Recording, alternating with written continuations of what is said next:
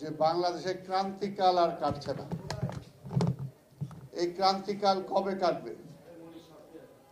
পাকিস্তানিদের বিরুদ্ধে আমরা লড়াই করলাম, স্লোগান দিলাম, সেই সময় সেই ক্রান্তিকাল ছিল। মানুষের ভোটের অধিকার ছিল না, সম অধিকার ছিল না। আমাদের টাকা পাকিস্তান নিয়ে যায়, আমরা পাই না। ওদের চালের দাম কম, আমাদের চালের দাম বেশি। আমাদের এখানে কাগজ উৎপাদন হয় কর্ণফুলী মিলে, সেই কাগজ পাকিস্তানিরা কম দামে পায়, আমি বেশি দামে পাই। এই সমস্ত কিন্তু সেই সময় আমাদের আন্দোলনের স্লোগান ছিল। কিন্তু স্বাধীনতার পরে আমরা তো এই জন্যই দেশটা স্বাধীন করলাম, যে স্বাধীনতার পরে সেই ক্রান্তিকাল তো কাটলো না। সেই সময় যারা নেতৃত্ব দিচ্ছে তারাই ক্ষমতায় আসলো, ক্ষমতায় আসার পরে মন্ত্রী তারাই হলো, কিন্তু তারপরে ক্রান্তিকাল আর কাটে না। বরঞ্চ আমরা যারা যুদ্ধ করে দেশ স্বাধীন করলাম, যারা ক্ষমতায় জোর করে বসলো, তারা হয়ে গেল মুক্তিযুদ্ধের পক্ষে, তারা হলো দেশপ্রেমিক, আর আমরা হয়ে গেলাম দেশদ্রোহী। এই দেশদ্রোহিতার সংজ্ঞাও আজকে মিটছে না।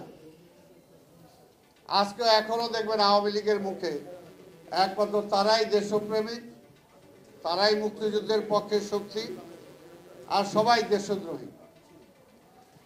এটার জন্য আজকে একটা জিনিস আপনাকে বুঝতে হবে। এখানে শামসুজ্জামান দুদু দুই একটা কথা বলেছেন, এর আগেও আমি একটা জায়গায় বলেছি যে আজকে সবচেয়ে বড় যে জিনিসটা আমরা বলি, এখানে কথা বলি, যেমনি দেখেন আজকে ইসরায়েল, এই সরকার হলো কমপ্লিটলি ইসরায়েলের পক্ষের একটা সরকার, বাংলাদেশের সরকার।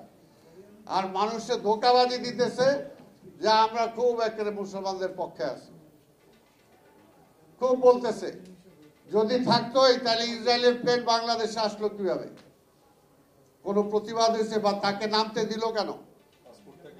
পাসপোর্ট থেকে কিভাবে? ইসরায়েলে তো যাওয়ার বা ইসরায়েলের ভিসা নেওয়ার তো কোনো সুযোগ ছিল না, তাহলে এই সরকার করলো কেন?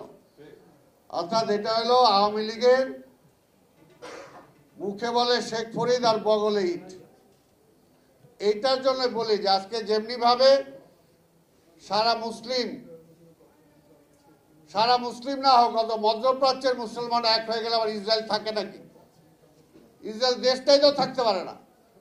ঠিক তেমনি ভাবে আজকে আমরা যারা আজকে এখানে বিএনপি বা এখানে আমরা অন্যান্য দল যারা বলতেছি যে আমাদের স্বাধীনতা হরণ হয়ে যাচ্ছে, কারা স্বাধীনতা হরণ করছে, সেই বিশ্বাসী যদি আমরা বিশ্বাসী হই, সবাই একসাথে হয়ে যায়, তাহলে তো আওয়ামী লীগ মাইনরিটি হয়ে যায়।